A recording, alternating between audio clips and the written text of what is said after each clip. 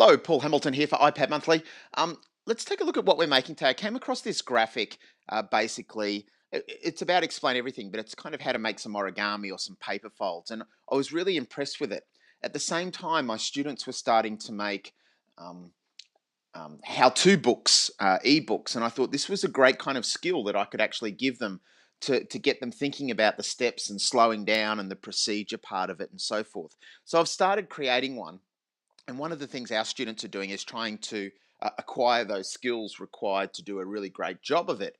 And so I've given them a little task of can you create a little page and explain everything that shows me how to make a paper plane? And so what we're going to do today is just have a look through some of those kind of skills and the things that the kids need to do to create a very kind of polished professional product at the end. So I might just go to a new slide and I'll show you the different steps required, and we can kind of unpack, explain everything a little bit more. So obviously the A is creating text. So I'll just put a little step one there. And I always like to show my kids that we actually make our text box the same size as the text. That way we don't have any kind of movement problems when we're kind of shifting elements around.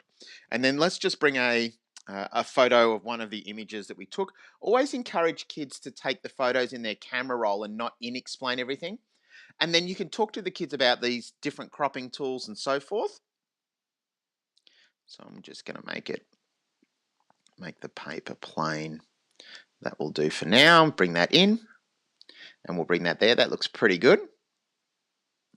And one of the things that we also talk to our kids about is thinking about how we can actually kind of lock things. So we'll go through the lock procedure. I'm going to press on the I, and what we might do is we might press the paper and go to lock and actually lock it. And I might actually do that for also the text at the top. Now I can't move it, so I'm moving my finger over both those elements and they don't move. It's a great way of getting kids starting to think about locking things and getting them in secure positions so they don't move around and get frustrated when you're moving elements around. You can always unlock them, by the way, so you just press the I, go there, and you can actually unlock. You can see that, but at the moment we'll keep it locked. Now for the paper folds, some of the kids just decided, okay, I just want to do a line across, but it was kind of very unprofessional. So I'll press my undo button there and give you a different way of doing it. So we might actually add some text, and we could just use the dashes and hit the ticky box there and actually start to use some text elements as elements of getting this really professionally done. Then we can add a little sentence down the bottom and start to do that and actually look at step by step. We can also do things like adding a new video. So like on the graphic that I showed you before, if I go back here, you could see that there was actually an element there of a video, which also gives the person learning the skill another kind of media to actually learn and go through it.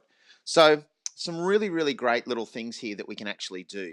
Explain Everything's just one of those great tools that we can include, say, a YouTube through a web browser and do some different things there as well.